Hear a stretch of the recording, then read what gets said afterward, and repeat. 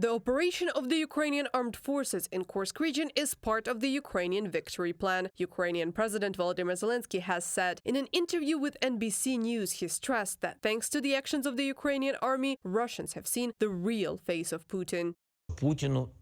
Putin doesn't give a damn about what happens in Kursk. He has only one goal: to continue the war. This is not a special military operation, as he calls it. This is a real war, and he has thrown all his combat units, all his forces into Ukraine. This is a full-scale war. This operation also proved that.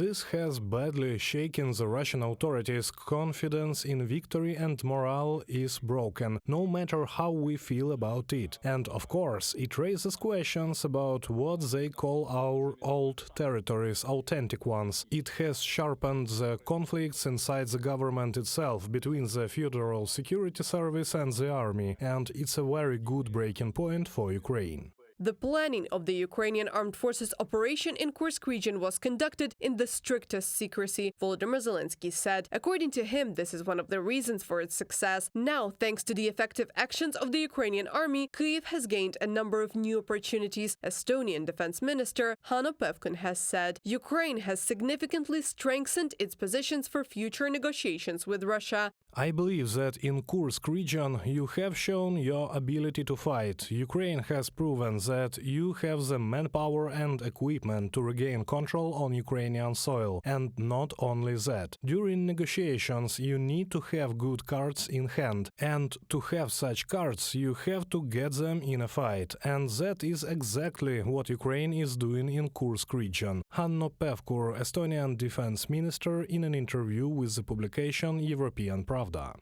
The way the Ukrainian armed forces are holding territory in Kursk region proves that Moscow is on the limit of its capabilities, former U.S. Ambassador to NATO Kurt Volker has said. In his opinion, Russia cannot defend and attack equally effectively, which is why the Russian command has to transfer manpower and equipment to defend its territory. President Zelenskyy said in an interview with NBC News that Moscow has already sent 60,000 troops from the Russian-occupied territories of Ukraine to Kursk region. In this context, the Donetsk direction is their priority, and so far the Kremlin regime is trying to ignore the issue of Kursk region. From the point of view of their constitution as they interpret it, the war is taking place on their territory. Most likely they will now try not to push us out, but at least to stop the offensive. On August 6, the Ukrainian armed forces entered the territory of Kursk region. Since then, according to Ukrainian Army Commander-in-Chief Oleksandr Syrskyi, the Ukrainian Defense Forces have established control over 100 settlements in the region, 1,294 square kilometers, and captured several hundred Russian servicemen. Reported by Anastasia Tarnavska, Nikita Skoblikov, UATV News.